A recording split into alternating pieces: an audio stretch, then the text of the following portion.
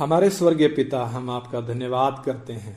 एक बार फिर हम आपके चरणों में हैं पिता। आपने प्रभु ये सभा अरेंज करी है कि हम इस रीति से मिलकर आपका वचन मनन कर सकें। प्रभु, आपका वचन हमारे पांव के लिए दीपक है, हमारे मार्ग के लिए उजियाला है। प्रभु, ये हमें रास्ता दिखाता है, हमें कहाँ कदम रखना है, हमें क्या करना है। आपका वचन हमें स्पष्ट तौर पर बताता है। इसलिए हम आपसे प्रार्थना करते हैं पिता, आप अपने वचन के द्वारा प्रभु हमें सिखाएं, ताकि इस कंफ्यूजन भरे संसार में, इस अंधकार भरी दुनिया में प्रभु हमारा चाल चलन, हमारा जीवन बहुतों के लिए आशीष का हो सके। आपके हाथ में हम अपने जीवन सौंपते हैं पिता, यीशु मसीह के पवित्र नाम में मांगते हैं, आमीन आमीन आमीन। आइए हम आज का वचन शुरू करते हैं। आज हम देखेंगे क्या क्रिसमस पवित्र शास्त्र के अनुसार है, इज इट बिब्लिकल। वचन के द्वारा और इतिहास के द्वारा उस बात को समझने की कोशिश करेंगे। अगर हम क्रिसमस के त्योहार को देखें तो ये दुनिया में सबसे ज्यादा लोगों के द्वारा मनाया जाने वाला त्योहार है। सबसे ज्यादा कैसे?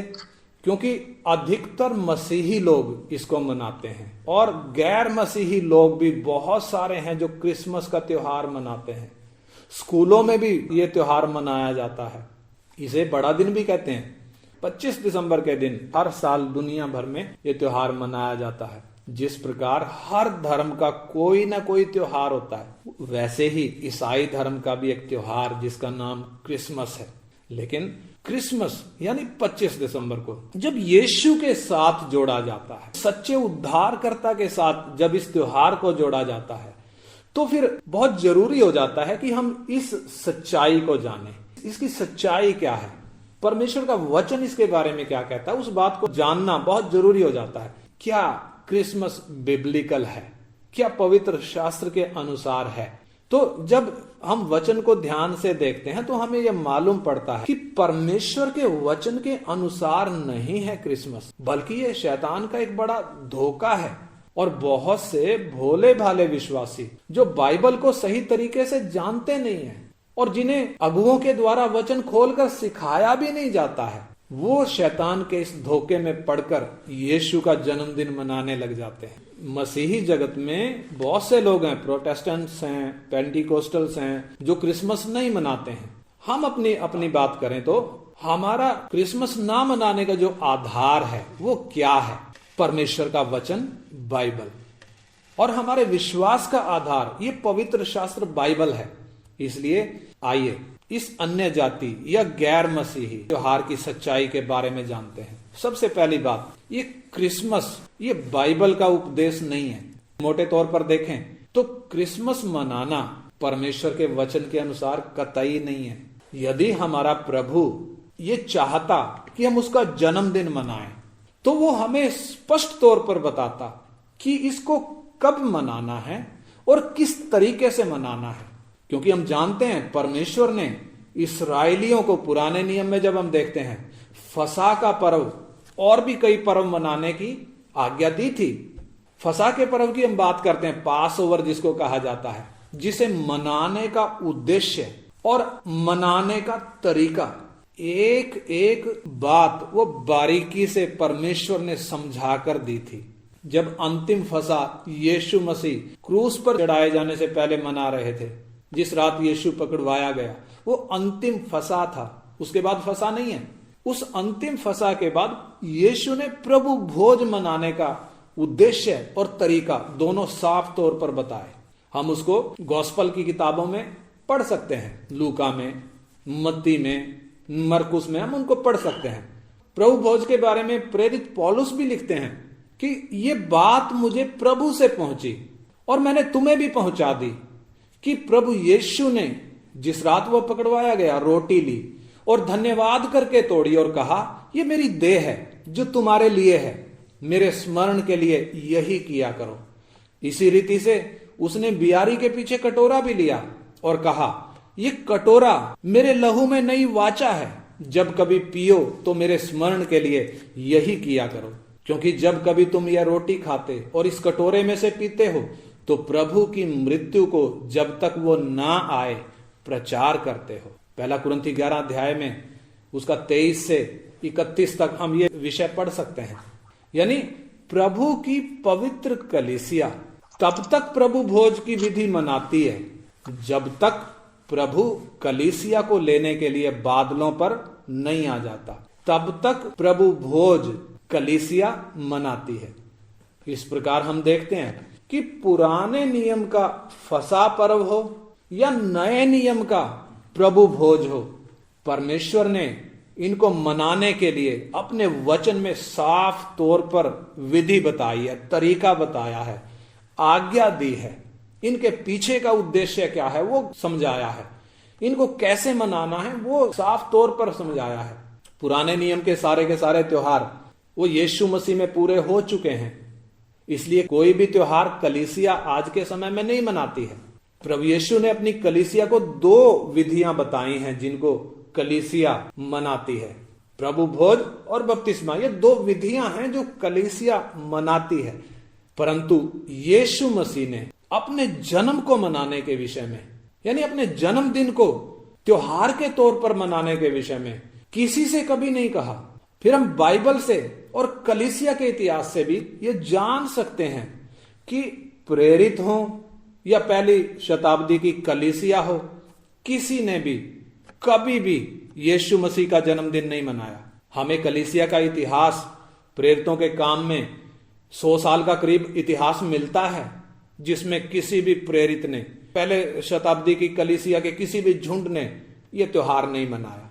यदि हमारा प्रभु चाहता कि हम उसका त्योहार मनाएं तो सबसे पहले प्रेरितों ने इसको मनाया होता और उसको बाइबल में लिखा होता, और वो उन्होंने कलीसिया को भी पत्री लिखी होती, आदेश दिया होता, ताकि सारे विश्वासी भी उस बात को माने और इसको नियम के अनुसार मना सके। बाइबल परमेश्वर का मनुष्य के लिए संपूर्ण और निर्णायक प्रकाशन है, यानी इसके अलावा और कोई किताब की जरूरत नहीं है, कोई सप्लीमेंट्री बुक की जरूरत नहीं है। निर्णायक का मतलब ये फाइनल है, अब कोई और नहीं आएगा इसके बाद। और ये हमें हमारे आत्मिक जीवन के लिए जो जितनी भी बातें जरूरी हैं, हर एक विषय के बारे में परमेश्वर का वचन बाइबल हमें खोल कर देता है, हमें बताता है। हमारे जीवन का एक भी पहलू ऐसा नहीं है जिसके विषय में बाइबल ना समझाता हो। 2 तिमोथी 3 अध्याय उसका 16-17 वचन में उधर लिखा है, संपूर्ण पवित्र शास्त्र परमेश्वर की प्रेरणा से रचा गया है और उपदेश और समझाने और सुधारने और धार्मिकता की शिक्षा के लिए लाभदायक है, ताकि परमेश्वर का जन सिद्ध बने और हर एक भले काम के लिए तत्पर हो जाए। यानी ये वचन, परमेश्वर का वचन किस लिए लिखा गया है? हमारे समझाने के लिए, हमारे सुधारने के लिए, हमारी धार्मिकता की शिक्षा के लिए, हमारे उपदेश के लिए, हमें सिद्ध बनने के लिए परमेश्वर ने अपना वचन दिया है। हमें किसी छोटी से छोटी बात के लिए भी बाइबल के बाहर ताकने की जरूरत नहीं है, बाइबल के बाहर जाने की जरूरत नहीं है। छोटी से छोटी बात के लिए भी परमेश्वर का वचन हमें साफ साफ बताता है। परमेश्वर का वचन बताता है कि हमने आराधना कैसे करनी है, हमें परमेश्वर की सेवकाई के लिए दान कैसे देना है, हमें खोए हुओं को सुसमाचार कैसे सुनाना है, कैसे बपतिस्मा देना है, कैसे प्रभु भोज का आयोजन करना है, और मसीही जीवन की जितनी भी बाकी बातें हैं हर एक के विषय में पवित्र शास्त्र बाइबल बिल्कुल स्पष्टता से, साफ साफ तरीके से आदेश देती है। कलीसिया का आधार संसार के रीति रिवाज नहीं है, बल्कि कलीसिया का आधार परमेश्वर का वचन है, बाइबल है। परमेश्वर का वचन हमारे पांव के लिए दीपक है और हमारे मार्ग के लिए उजियाला है। यानी हमने पांव किधर रखना है, हमने काम कौन सा करना है, परमेश्वर का वचन हमें खोल कर देता है। परंतु परमेश्वर ने बाइबल में क्रिसमस मनाने के विषय में या यीशु मसीह का जन्मदिन मनाने के विषय में एक बार भी कहीं पर नहीं बताया। परमेश्वर ने यह तो बताया है कि यीशु मसीह की मौत को याद करना है। प्रभु भोज जब हम करते हैं, क्यों करते हैं? वो हम अपने प्रभु की मृत्यु को याद करते हैं, परंतु कहीं भी उसके जन्मदिन के मनाने के विषय में नहीं लिखा। परमेश्वर ने अपना वचन लिखकर हमें दिया है ताकि परमेश्वर के लोग, विश्वासी लोग परमेश्वर की आज्ञा के अनुसार चलें, वचन में जैसे लिखा है वैसे चलें। और यीशु ने भी साफ साफ बोला है, अगर हम मत्ती 7 अध्याय पढ़ते हैं 24 वचन से, उधर दो व्यक्तियों का जिक्र किया गया है, बुद्धिमान मनुष्य और निर्बुद्धि मनुष्य। बुद्धिमान कौन? जिसने अपना घर चट्टान पर बनाया, चट्टान पर गहरी नींव खोदकर बनाया। और निर्बुद्धि कौन? जिसने समुद्र के किनारे रेत पर अपना मकान बनाया।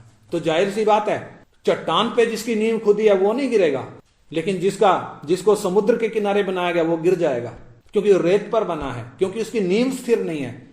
तो प्रभु किसको बुद्धिमान कह रहा है और किसको निर्बुद्धि कह रहा है? बुद्धिमान वो है जो प्रभु की बातों को सुनकर उसके अनुसार चलता है, परंतु निर्बुद्धि कौन?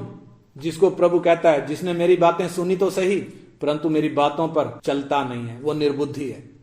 तो हमें परमेश्वर के पवित्र वचन की शिक्षाओं के अनुसार जीवन जीना है, ये स्पष्ट परमेश्वर की आज्ञा। इसलिए हमें वचन लिखकर हमारे हाथ में दिया है।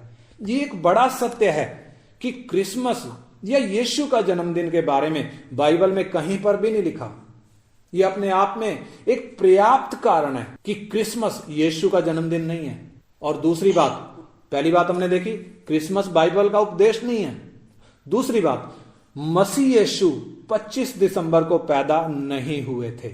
तो 25 दिसंबर को पैदा नहीं हुए थे, क्या सबूत है इस बात का?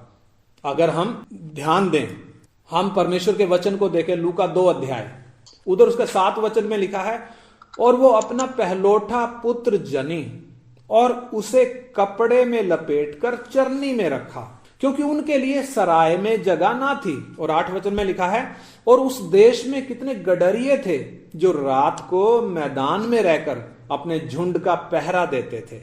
15 वचन ऐसे कहता है, जब स्वर्गदूत उनके पास से स्वर्ग को चले गए तो गडरियों ने आपस में कहा, आओ हम बेतलहम जाकर ये बात जो हुई है और जिसे प्रभु ने हमें बताया है देखें।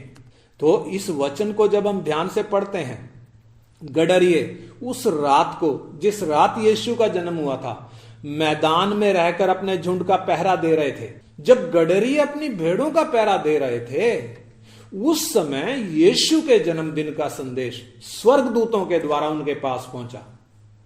ये एक जाना माना तथ्य है। अगर हम इतिहास को भी देखें और वातावरण को भी देखें, दुनिया की परिस्थितियों को अगर हम देखें, तो इस्राएल में जो दिसंबर का महीना है, ये उस मौसम में पड़ता है जब भेड़ों को मैदान में नहीं रखा जाता, जब खुले में नहीं रखा जाता, बल्कि बाड़े में रखा जाता है। गडरिये भेड़ बकरियों के अपने झुंडों को ठंड और बारिश के कारण बाड़ों में रात में रखते हैं। तो इस कारण से भी जब हम देखते हैं, यीशु का जन्म दिसंबर महीने में बिल्कुल नहीं हुआ।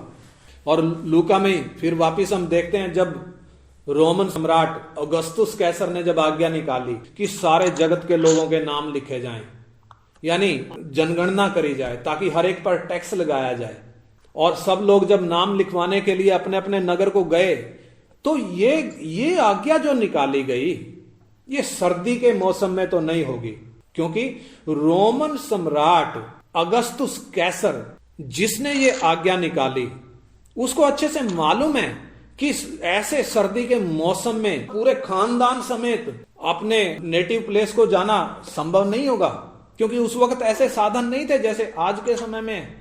और उस समय में, उस सर्दी के मौसम में दूर की यात्रा करना बहुत कठिन काम था। प्रभु ने भी बोला है, अगर हम मत्ती 24 अध्याय पढ़ें, उधर 20 वचन में लिखा है, प्रभु यीशु ने बोला है सर्दी के बारे में खासकर कि प्रार्थना किया करो कि तुम्हें जाड़े में भागना ना पड़े। इसराइलियों के लिए प्रभु ने पहले ही चेतावनी दी है, महाक्लेश के समय में वो टाइम आएगा कि तुम्हें जाड़े में ना भागना पड़े, उसके लिए प्रार्थना किया करो। यानी प्रभु जब जाड़े के लिए इतना कुछ कह रहे हैं, तो अगस्तुस कैसर कैसे आज्ञा दे सकता है कि सर्दियों में तुम अपने अपने गांव में जाकर नाम लिखवाओ? वो संभव नहीं है। इस कारण से भी यीशु का जो जन्म है, उसकी तारीख दिसंबर के महीने में बिल्कुल नहीं हो सकती। लेकिन हमें ये याद रहे कि यीशु के जन्म की तारीख का महत्व नहीं है। महत्व है तो किस बात का? कि वो पैदा हुआ, वो मनुष्य के शरीर में इस धरती पर आया और वो हमारे पापों के लिए मरा। यह है महत्वपूर्ण। इसलिए हम आराधना भी किसकी करते हैं? चरनी में पड़े हुए एक असहाय शिशु की हम आराधना नहीं करते, जो अपनी सहायता भी नहीं कर सकता। हम ऐसे छोटे बालक की आराधना नहीं करते हम उस यीशु की आराधना करते हैं जो हमारे पापों के कारण क्रूस पर चढ़ाया गया और जो तीसरे दिन मरे हुओं में से जिंदा हो गया और जो सबके देखते देखते स्वर्ग में उठा लिया गया और जिसके पास स्वर्ग और पृथ्वी का सारा अधिकार है। हम उस यीशु की आराधना करते हैं। पौलुस भी कहता है हम तो क्रूस पर चढ़ाए हुए यीशु का प्रचार करते हैं। यानी हम वो चरनी में लेटे हुए बच्चे का नहीं कर रहे, हम क्रूस पर चढ़ाए हुए यीशु का प्रचार करते हैं। तो दो बातें हमने देखी, क्रिसमस बाइबल का उपदेश नहीं है। दूसरी बात, यीशु मसीह 25 दिसंबर को पैदा नहीं हुए, परिस्थितियां ऐसी नहीं थी। और तीसरी बात हम देखते हैं, क्रिसमस का आरंभ कब हुआ, यह त्योहार कब से अस्तित्व में आया, ये कहां से शुरू हुआ। अगर हम परमेश्वर का वचन पढ़ते हैं तो हमें मालूम है परमेश्वर ने अपने वचन में इसके विषय में कुछ भी नहीं लिखा है। अगर उत्पत्ति 10 अध्याय उसका 8 वचन से 10 वचन हम पढ़ते हैं, उधर निम्रोद नाम के एक व्यक्ति का जिक्र है। निम्रोद जो वो शूरवीर था, जो शिकार खेलने वाला था और उसका जो राज्य था बहुत धरती पर फैला हुआ था। 25 दिसंबर के त्योहार की जो शुरुआत है वो सूर्य की आराधना करने वालों के द्वारा उस निम्रोद समय में हुई।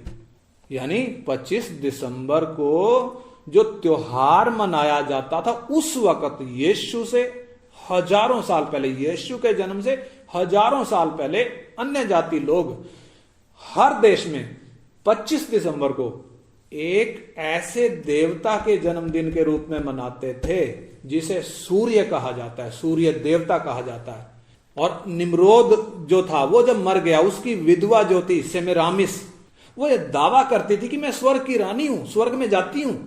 उसके पति के मरने के बाद उसको एक लड़का हुआ जिसका जन्म 25 दिसंबर को माना जाता है, जिसका नाम तम्मुज था। और उसने क्या बोला, उसने दावा किया कि ये पुत्र जो हुआ ना, ये बड़ा अलौकिक तरीके से हुआ। कैसे? मैं स्वर्ग में जा रही थी और मुझे उस निम्रोद की आत्मा मिली और उस निम्रोद की आत्मा ने मुझे गर्भवती किया। ये अलौकिक तरीके से पैदा हुआ है। यानी उसने वो अपना जो व्यभिचार करती थी उस बात को छिपाने के लिए ये नाटक खेला। इसलिए उस समय के लोगों की मान्यता थी कि तम्मुज का जन्म अद्भुत तरीके से हुआ। और तम्मुज को वो क्या समझते थे, ये सूर्य देवता का अवतार है करके समझते थे और उसका जन्मदिन मनाते थे और उसके जन्मदिन में खूब मौज मस्ती करते थे। और 25 दिसंबर के दिन वो इसका जन्मदिन मनाते थे, क्या समझकर ये सूर्य देवता का अवतार है करके। बहुत सी ऐतिहासिक किताबों में वर्णन मिल जाते हैं। अलेक्जेंडर हिस्लॉप की भी एक किताब है, द टू बेबीलोन्स। यदि आप चाहते हैं तो उस किताब में भी ये घटना को आप पढ़ सकते हैं। और भी बहुत सारे जो दुनिया में अच्छे अच्छे सॉलिड जिनको कहते हैं इंसाइक्लोपीडिया हैं, उधर भी आप इन बातों को देख सकते हैं, इस तथ्य को प्रमाणित कर सकते हैं। पहली बात हमने देखा, बाइबल का उपदेश नहीं है क्रिसमस। दूसरी बात हमने देखा, यीशु मसीह 25 दिसंबर को पैदा नहीं हुए। तीसरी बात, क्रिसमस का आरंभ ये यीशु के जन्म से हजारों साल पहले। कौन सा दिन? 25 दिसंबर, तम्मुज का जन्मदिन, यानी सूर्य देवता का जन्मदिन। और चौथी बात हम देखें, ये क्रिसमस एक रोमन कैथोलिक त्योहार है। रोमन कैथोलिक, ये कलीसिया का त्योहार नहीं है, ये रोमन कैथोलिक त्योहार है। कैसे? जरा हम कुछ इंसाइक्लोपीडिया को ध्यान दें। अमेरिकाना इंसाइक्लोपीडिया क्रिसमस के बारे में और कैथोलिज्म के बारे में क्या कहता है? उधर लिखा है क्रिसमस के बारे में कि अनेक प्राधिकारियों के अनुसार पहली शताब्दी में मसीही चर्चों में यह त्योहार नहीं मनाया जाता था। यह त्योहार नहीं मनाया जाता था क्योंकि मसीही व्यवहारों में, यानी मसीहों का जो जीवन था, उनके जो रिवाज थे, उन व्यवहारों में सामान्यतः एक विशिष्ट व्यक्ति को के जन्मदिन को नहीं मनाया जाता था, परंतु उसकी मृत्यु को याद किया जाता था। और परमेश्वर का वचन, पवित्र शास्त्र बाइबल भी इस बात को साफ साफ लिखता है कि जन्म का दिन, मृत्यु का दिन जन्म के दिन से उत्तम है। कौन सा दिन? मृत्यु का दिन जन्म के दिन से उत्तम है। सबोपदेशक में 7:1 में आप इस बात को पढ़ सकते हैं कि मृत्यु का जो दिन है वो जन्म के दिन से उत्तम है। 4वीं शताब्दी में चौथी शताब्दी में इस त्योहार को लाया गया। कब लाया गया? चौथी शताब्दी में। 5वीं शताब्दी में पश्चिम चर्च जो था, रोमन कैथोलिक, उसने ये आदेश पास किया था कि ये हमेशा के लिए माना जाए। ये मैंने आपको अमेरिकाना इंसाइक्लोपीडिया के बारे में बताया, वहां जो बात लिखी है। और ब्रिटानिका इंसाइक्लोपीडिया क्रिसमस के बारे में क्या कहता है, उसमें भी थोड़ा सा हम देखेंगे। उसमें क्या लिखा है? मसीहियों के द्वारा जो यीशु पर विश्वास करते थे, पहली, दूसरी, तीसरी शताब्दी तक क्रिसमस नहीं मनाया जाता था। प्राचीन रोम में, रोमन साम्राज्य के अन्य जाति लोग 25 दिसंबर को सूर्य के उत्सव के रूप में मनाते थे, क्योंकि 25 दिसंबर को ये वो दिन होता है जब दिन लंबे होने शुरू हो जाते हैं, दिन बढ़ने शुरू हो जाते हैं, यानी लंबे दिनों की वापसी का प्रतीक के तौर पर यह सूर्य का उत्सव मनाया जाता था, सूर्य का जन्म मनाया जाता था। कब? यीशु से हजारों साल पहले अन्य जाति लोगों के द्वारा भी, और रोमन साम्राज्य में भी यह मनाया जाता था।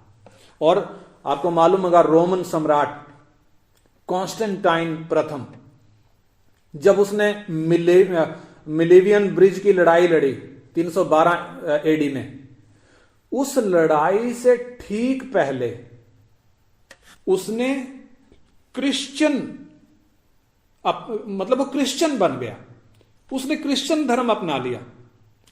क्रिश्चियन धर्म तब तक नहीं बना था, परंतु वो उसने भी यीशु पर विश्वास कर लिया, वो मसीही बन गया। और जब उसने ये मिलेवियन ब्रिज की लड़ाई लड़ी तो उस लड़ाई को उसने जीत लिया, और जब जीत लिया तो अपने राज्य के जितने भी अन्य जाति लोग थे, गैर मसीही लोग थे, उनको उसने मसीही कलीसिया में बपतिस्मा लेने के लिए मजबूर किया। कौन लोग? जिन्होंने विश्वास नहीं किया। कौन लोग? जिन्होंने मन नहीं फिराया, जो यीशु पर विश्वास नहीं, उनको भी उसने क्या कर दिया? अपनी संख्या बढ़ाने के लिए उसने उनको बपतिस्मा लेने के लिए मजबूर कर दिया। इस प्रकार से ऐसे बपतिस्मा पाए हुए लोग जो सच्चे मसीही है ना, उनसे बिल्कुल भिन्न थे, उनका चाल चलन बिल्कुल भिन्न था। और अगर हम मसीहियों को देखें, यीशु के क्रूस पर प्राण देने के बाद, जब यीशु 40 दिन बाद उठा लिया गया, उसके बाद से जब चेलों ने प्रचार करना शुरू किया, तब से लेकर यीशु की कलीसिया पर सताव चला आ रहा था। कब से? प्रथम शताब्दी में, दूसरी शताब्दी में, तीसरी शताब्दी में। इनमें जो मसीहियों पर बहुत सताव था, प्रभु के चेलों को भी बुरे तरीके से मारा गया, बहुत उत्पीड़न का सामना किया उन्होंने, कलीसिया बहुत सताव में से होकर निकली। लेकिन ये रोमन साम्राज्य में जब ये कॉन्स्टेंटाइन जो रोमन सम्राट था, जब ये क्रिश्चियन बना, जब इसने मसीही बन गया, जब इसने मसीहत को स्वीकार कर लिया, तो इसने काम क्या किया? इसने क्रिश्चियनिटी को राष्ट्रीय धर्म के तौर पर स्थापित कर दिया कि रोमन साम्राज्य का राष्ट्रीय धर्म है। कौन सा? ये क्रिश्चियनिटी। अगर कलीसिया को हम देखें तो शुरू से लेकर प्रभु यीशु की आराधना वो कैसे करती है? प्रभु यीशु को परमेश्वर मानकर आराधना करती थी। लेकिन जब 25 दिसंबर, और जिसमें ये अन्य जाति लोग 25 दिसंबर को सूर्य देवता का जब जन्मदिन मनाते थे, तो रोमन सम्राट कॉन्स्टेंटाइन ने करा क्या? उसने सबको खुश करने के उद्देश्य से कलीसिया में इन दोनों चीजों को मिला दिया। यीशु की आराधना जो कलीसिया शुरू से करती आ रही थी, और जो अन्य जाति ये 25 दिसंबर सूर्य देवता का जन्मदिन मनाते थे, उन दोनों को मिक्स कर दिया। और मिक्स करने का रिजल्ट क्या हुआ? एक नए त्योहार की शुरुआत हो गई। 25 दिसंबर एक खास प्रार्थना की घोषणा करी गई, एक विशेष मास MASS, यानी एक विशेष प्रार्थना की घोषणा करी गई 25 दिसंबर को। क्या बोला गया? ये यीशु का जन्मदिन है, इसको क्रिसमस नाम दे दिया गया। जबकि हम देखें यीशु का जन्म कब हुआ है? वो BC 3 या 4 में हुआ है। वो ना तो वो साल लिखा है, ना तो वो महीना लिखा है, ना तो वो डेट लिखी है, परंतु जो हम देखते हैं BC 3 या 4 के आसपास, ईसा पूर्व के आसपास यीशु का जन्म हुआ। लेकिन ये क्रिसमस त्योहार कब स्थापित किया गया? ये चौथी शताब्दी में रोमन सम्राट कॉन्स्टेंटाइन के शासनकाल में 336 ईस्वी में। कब? चौथी शताब्दी की 336 ईस्वी में 25 दिसंबर को क्रिसमस मनाना शुरू कर दिया। और 8वीं शताब्दी तक इसका चलन कम था, परंतु धीरे धीरे 9वीं शताब्दी आते आते इसका चलन बढ़ने लग गया। इसको मनाने वालों की संख्या बहुत बढ़ने लग गई। और क्रिसमस देखें तो ये कैसे है कैथोलिक त्योहार, कैसे हम कैसे कह सकते हैं? जब मैंने बताया यीशु के जन्म के से हजारों साल पहले अन्य जाति 25 दिसंबर मनाते थे।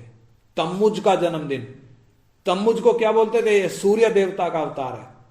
और रोमन साम्राज्य में भी मैंने बताया 25 दिसंबर को सूर्य के जन्मदिन के तौर पर मनाते थे, रोमन साम्राज्य में भी। तो रोमन कैथोलिक लोगों ने करा क्या? ये अन्य जातियों का त्योहार उन्होंने अडॉप्ट कर लिया, वहां से चुरा लिया, गैर मसीही लोगों से उन्होंने ये त्योहार चुरा लिया। तो सवाल उठता है, क्या हम भी उनकी तरह चुरा लें ये त्योहार? हमारा आधार दुनिया के रीति रिवाज नहीं है। हमारा आधार क्या है?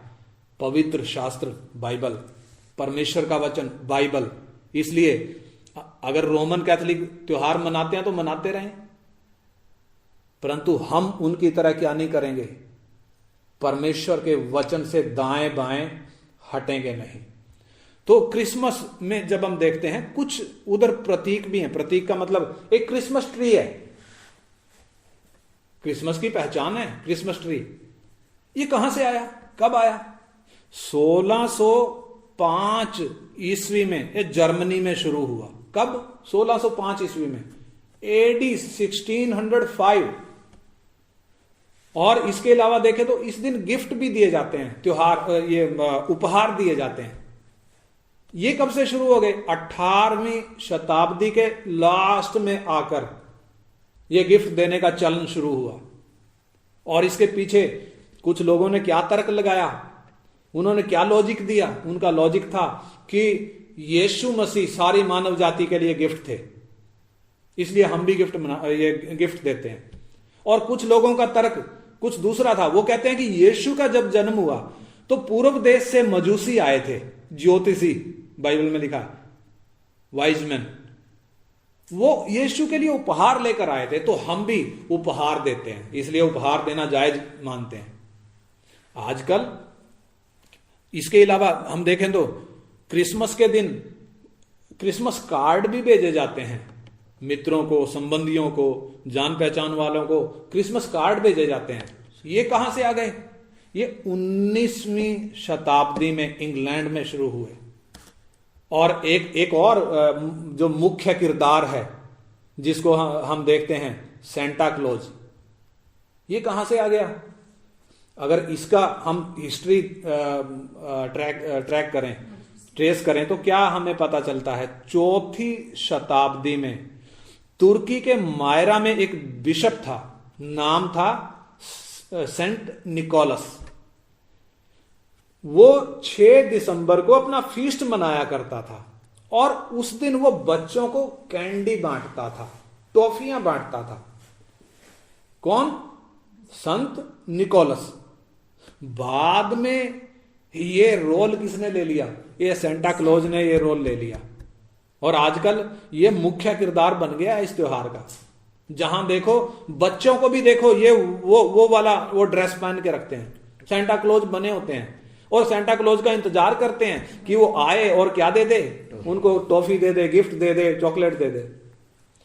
और ये सेंटा क्लॉज के कपड़ों की अगर हम बात करें तो ये कहां से आ गए? 1863 एडी में, अभी 1863 ईस्वी जो गया है 19वीं शताब्दी में, कार्टूनिस्ट था थॉमस नास्ट, उसने ये कपड़े डिजाइन किए थे। और आज जो कपड़े दिख रहे हैं, 1931 में कोका कोला का विज्ञापन आया था, उन्होंने ये कपड़े पहनाए थे जो आज हम ये कपड़े, ये लाल रंग की ड्रेस देखते हैं। एक विश्वासी, जब अगर हम देखते हैं तो मैरी क्रिसमस बोलते हैं बहुत लोग, लेकिन जब एक विश्वासी मैरी क्रिसमस कहता है या इस घृणित त्योहार को जब वो मनाता है, तब वो प्रभु यीशु के अनमोल और पवित्र नाम को अन्य जाति भक्तिहीनों के साथ मिलकर क्या करता है? अपवित्र करता है। पवित्र परमेश्वर कभी भी इस चीज को स्वीकार नहीं करेगा कि उसका पवित्र नाम अपवित्र किया जाए। परमेश्वर ने अपने वचन में यह साफ लिखा हुआ है कि मेरे पवित्र नाम को क्या नहीं करना? अपवित्र नहीं करना। यहेजकेल 20 का 39 में हम पढ़ सकते हैं। परमेश्वर यह आज्ञा देता है कि तुम क्या करो? पवित्र बनो, क्योंकि मैं पवित्र हूं। लेवी व्यवस्था 11 का 45 में पढ़ सकते हैं। और गिनती 15 का 40 में लिखा है, परमेश्वर कहता है कि तुम यहोवा की सब आज्ञाओं को स्मरण करके उनका पालन करो और अपने परमेश्वर के लिए पवित्र बनो। नए नियम में आए तो पहला थिस्सलुनीकी 4 का 3 में लिखा है, क्योंकि परमेश्वर की यह इच्छा है कि तुम पवित्र बनो। और इसके अलावा पहला पत्रस 1 का 15-16 में भी लिखा है कि जैसा तुम्हारा बुलाने वाला पवित्र है, वैसे ही तुम भी अपने सारे चाल चलन में पवित्र बनो, क्योंकि लिखा है पवित्र बनो क्योंकि मैं पवित्र हूं। यानी परमेश्वर जब पवित्र है, एक विश्वासी से भी परमेश्वर की अपेक्षा क्या है? ये पवित्र बने। जैसा परमेश्वर पवित्र है, ये भी अपने पूरे चाल चलन में क्या हो? पवित्र बने। तो हमने देखा क्रिसमस बाइबल का उपदेश नहीं है। दूसरा हमने देखा ये 25 दिसंबर को यीशु पैदा नहीं हुआ। तीसरा हमने देखा इसका शुरुआत कहां से हुई। चौथा हमने देखा ये एक रोमन कैथोलिक पर्व है, कलीसिया का पर्व नहीं है। और पांचवी बात हम क्या देखते हैं, ये अगर इतिहास हम उठाकर देखें, अमेरिका में, इंग्लैंड में, यूरोप में इस क्रिसमस के त्योहार को बैन किया गया, ऐसा इतिहास में मिलता है। 1644 में इंग्लैंड में एक कानून बनाया था, इसको गैर कानूनी करार दिया था इस त्योहार को। क्यों? क्योंकि यह परमेश्वर के वचन के अनुसार नहीं है, इसलिए वहां पर यह कानून बना। 1647 में भी कानून बना था और इसको पूरा प्रतिबंधित कर दिया गया था। अमेरिका में भी अगर शुरुआत का इतिहास अमेरिका का हम देखें, क्रिसमस को मनाना उधर भी गैर कानूनी था। उधर मैसाचुसेट्स की जो जनरल अदालत थी, मई 11 1659 में उसने भी एक फैसला सुनाया था। इस त्योहार को बैन करने का कानून उन्होंने बनाया था, जिसमें क्या प्रावधान था कि जो कोई ये क्रिसमस मनाता मिले उसको दंडित किया जाए। और उसमें ऐसा लिखा है कि जो कोई ऐसा दिन क्रिसमस के रूप में मनाता पाया गया या किसी और रूप में भी मनाता पाया गया, उस पर 5 शिलिंग का जुर्माना लगाया जाएगा। यह डॉक्यूमेंट है जिधर ये बातें लिखी हुई हैं, अदालत का फैसला है। अगर हम देखते हैं कानून का, इन कानूनों का उद्देश्य क्या था, ये नहीं कि वो जैसे यीशु का विरोध करते हैं ऐसे विरोध कर रहे थे ना, ये वचन के अनुसार नहीं है, ये बिब्लिकल नहीं है, इसलिए इनको बैन किया गया, इस त्योहार को बैन किया गया। और हम देखते हैं 1620 ईस्वी में 25 दिसंबर को ये लोग इसको ना मनाए करके इसके विकल्प दिए गए कि इस दिन क्या करना है, लेबर करना है, काम करना है, और वृक्ष काटने हैं। वो काम में लोग लग जाएंगे तो ये त्योहार नहीं मनाएंगे करके।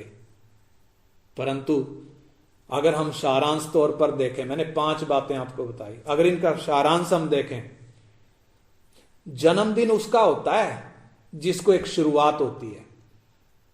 हम मनुष्य हैं, हमारी एक शुरुआत है, एक समय हमारी शुरुआत हुई है, हमारी उत्पत्ति हुई है, इसलिए हम अपना जन्मदिन मनाते हैं। लेकिन अनंतकालीन परमेश्वर, उसको कोई शुरुआत नहीं है, ना ही शुरुआत है और ना ही उसको कोई अंत है। जब सर्वज्ञानी परमेश्वर जगत की उत्पत्ति की योजना बना रहा था, जगत को बनाने की जब योजना बना रहा था, तो वो सर्वज्ञानी परमेश्वर भविष्य ज्ञान में अच्छे तरीके से जानता था कि जिस आदम को मैं बनाऊंगा वो गिरेगा, वो पाप में गिरेगा, वो बलवा करेगा।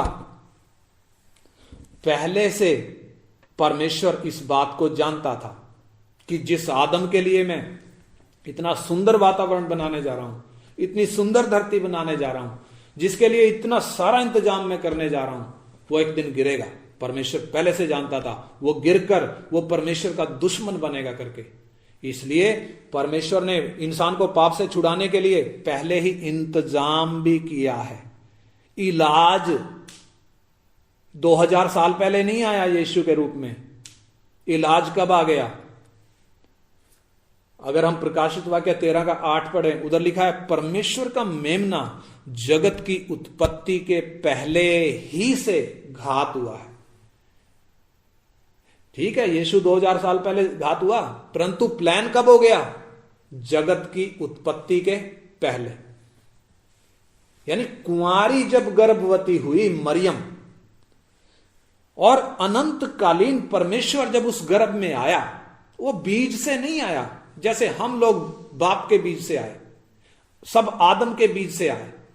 वो अनंतकालीन परमेश्वर जब कुमारी मरियम के गर्भ में आया, तो वो बीज से नहीं आया। उस अनंतकालीन परमेश्वर की वहां से शुरुआत नहीं हुई, बल्कि उसने मनुष्य का शरीर ओढ़ा है, मनुष्य का शरीर पहना है। अनंतकालीन परमेश्वर ने मनुष्य का अवतार नहीं लिया, यानी यीशु परमेश्वर का अवतार नहीं है। जैसे कि दुनिया में बहुत सारे अवतार हैं, यीशु परमेश्वर का अवतार नहीं है। अनंतकालीन परमेश्वर ने मनुष्य का अवतार नहीं लिया, बल्कि पापी मनुष्य को बचाने के लिए उसने मनुष्य का शरीर धारण किया, पाप में शरीर की समानता में होकर आया। गुरुओं अवतारों का जन्मदिन क्यों मनाया जाता है? क्योंकि उनको एक शुरुआत है।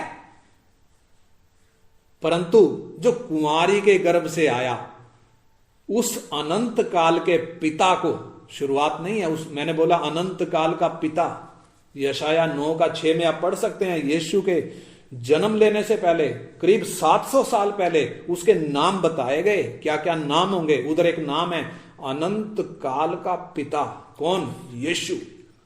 जो अनंत काल का पिता है, उसकी शुरुआत कैसे हो सकती है? यही कारण है कि बाइबल में कहीं भी यीशु के जन्म की तारीख लिखी नहीं गई। यीशु के बारे में बहुत सी भविष्यवाणियां हैं। वो किस तरीके से पैदा होगा? कुंवारी के द्वारा आएगा, स्त्री का वंश होगा। वो किस देश में पैदा होगा, वो किस वंश में पैदा होगा, वो किस कबीले में पैदा होगा, वो किस घराने में पैदा होगा, वो किस गांव में पैदा होगा, साफ साफ परमेश्वर ने लिख कर दिया है। यीशु के विषय में हजारों भविष्यवाणियां हैं। पवित्र शास्त्र बाइबल में साफ साफ लिखा है। परंतु क्या परमेश्वर भूल गया उसके जन्म की तारीख लिखना? हम तो यही सोचते होंगे कि परमेश्वर भूल गया, इसलिए वो तारीख लिखी नहीं है। परंतु दुनिया जब ये धार्मिक उत्सव मना रही है, जब हम बाइबल उठाकर देखते हैं, बाइबल में इसके लिए कोई आज्ञा नहीं है, ना ही इसका कोई उदाहरण है, ना ही इसके लिए कोई निर्देश है। यीशु ने साफ साफ बोला, मेरी मृत्यु को याद करना। तो क्या वो भूल गया था ये कहना कि मेरे जन्मदिन को भी याद करना? उसने क्यों नहीं बोला कि मेरे जन्मदिन को याद करना? ये नहीं कि हमें प्रभु यीशु के जन्मदिन को मतलब महत्व नहीं देना है, ठीक है, वो जन्म लेकर इस धरती पर आए, महत्व है, हमें उस बात को एहसास करना है, लेकिन उसके उस जन्मदिन को एक त्योहार के रूप में मनाना, उसके लिए बाइबल में कोई आधार नहीं है, बाइबल में कोई आज्ञा नहीं है। वास्तविकता क्या है कि जो आरंभिक कलीसिया थी, पहली, दूसरी, तीसरी शताब्दी में जो कलीसिया थी, पहली शताब्दी की कलीसिया का बाइबल में इतिहास भी मिलता है, वो यीशु का जन्मदिन नहीं मनाती थी। लेकिन इस घृणित त्योहार की जो शुरुआत हुई वो चौथी शताब्दी में अन्य जातियों की परंपरा को कलीसिया में घसीट कर लाने के कारण हुई है। और इसके पीछे वो रोमन सम्राट कॉन्स्टेंटाइन, वो उसका हाथ है। उसने ये रोमन कैथोलिक को राष्ट्रीय धर्म के रूप में एक्सेप्ट किया। वो खुद भी क्या बन गया? क्रिश्चियन बन गया।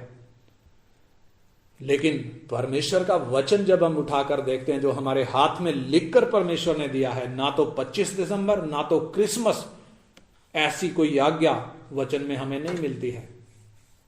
तो क्या एक विवेकशील विश्वासी क्रिसमस मनाए? कुछ लोग तर्क देते हैं, अगर देखें तो कुछ लोगों से जब बात करें जो ये मनाते हैं त्योहार, तो कुछ लोग कहते हैं कि क्रिसमस सुसमाचार सुनाने का मौका देता है। लेकिन सच्चाई क्या है उसके इस तर्क में? मेरा कहना क्या है, ऐसे अपवित्र और घृणित और वचन के जो खिलाफ है वो परंपरा के द्वारा क्या परमेश्वर की उपासना करना ठीक है? क्या इस तरीके से सुसमाचार फैलाना कभी परमेश्वर स्वीकार कर लेगा? ऐसे लोगों से जो ये बोलते हैं ना, मैं पूछना चाहता हूं कि वो बाकी के 364 दिन सुसमाचार क्यों नहीं सुनाते? उनको ये क्रिसमस के दिन यीशु का सुसमाचार सुनाना याद आता है, बाकी 364 दिन वो सुसमाचार क्यों नहीं सुनाते? इसके द्वारा वो क्या संदेश दे रहे हैं लोगों को, अन्य जातियों को क्या संदेश दे रहे हैं? कि सर्वशक्तिमान परमेश्वर को भी एक जन्मदिन है, उसको भी एक शुरुआत है। जैसे बाकी गुरुओं को, अवतारों को, वैसे ही सर्वशक्तिमान परमेश्वर को भी एक शुरुआत है। भाई साहब, यह सुसमाचार नहीं है, इसको कौन बोलेगा यह सुसमाचार है? यह सुसमाचार कभी भी हो नहीं सकता। और एक और तर्क लोग देते हैं, क्या कहते हैं कि यह केवल मसीह के जन्म का सम्मान है जो हम कर रहे हैं।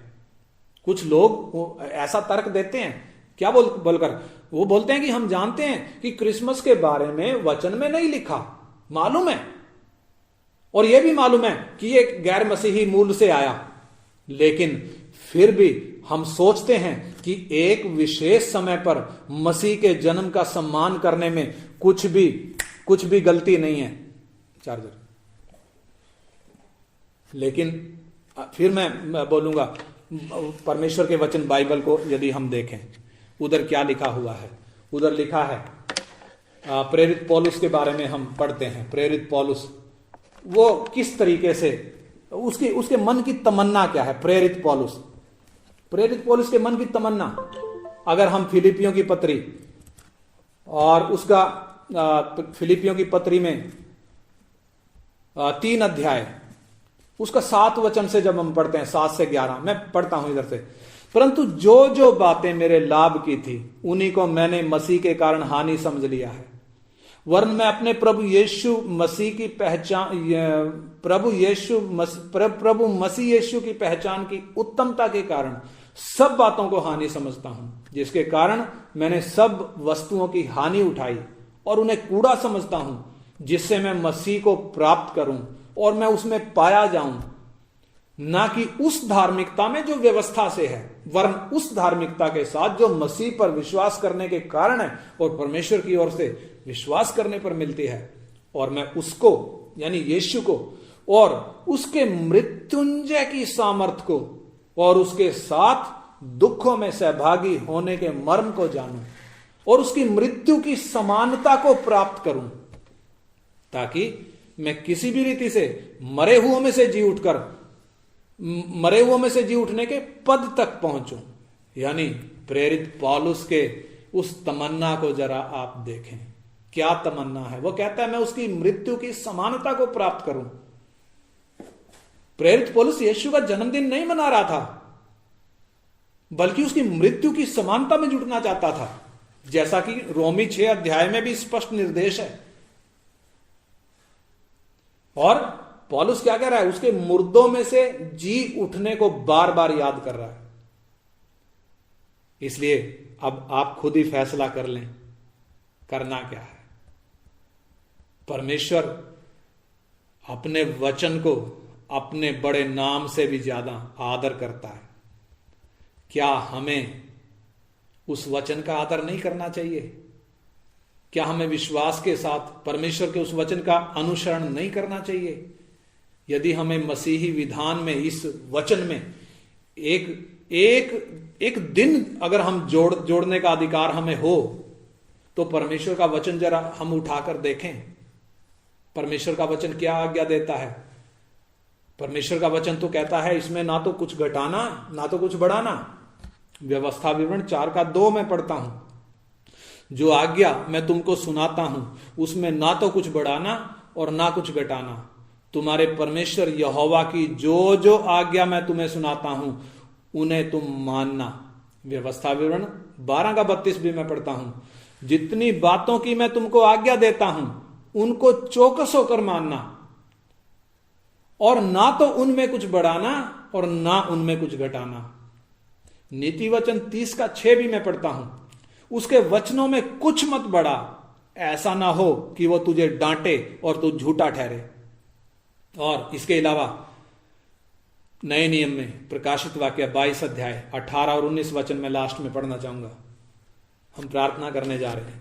उधर लिखा है, मैं हर एक को जो इस पुस्तक की भविष्यवाणी की बातें सुनता है गवाही देता हूं कि यदि कोई मनुष्य इन बातों में कुछ बढ़ाए तो परमेश्वर उन विपत्तियों को जो इस पुस्तक में लिखी हैं उस पर बढ़ाएगा। और यदि कोई इस भविष्यवाणी की पुस्तक की बातों में से कुछ निकाल डाले तो परमेश्वर उस जीवन के पेड़ और उस पवित्र नगर में से जिसकी चर्चा इस पुस्तक में है उसका भाग निकाल देगा। मैंने कुछ आपको ये वचन पढ़कर बताए।